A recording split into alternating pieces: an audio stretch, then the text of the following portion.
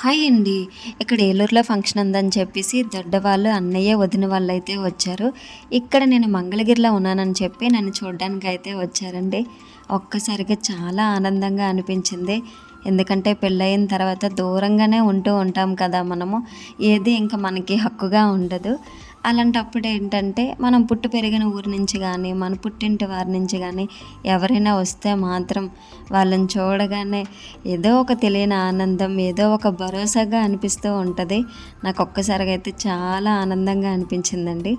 వచ్చిన తర్వాత నాకన్నా ఎక్కువగా మా బాబుతోనే ఆడుకోవడానికి, వాడికి ఏదో ఒకటి పెట్టడానికి చూస్తూనే ఉన్నారు. చాలా హ్యాపీగా అనిపించిందండి.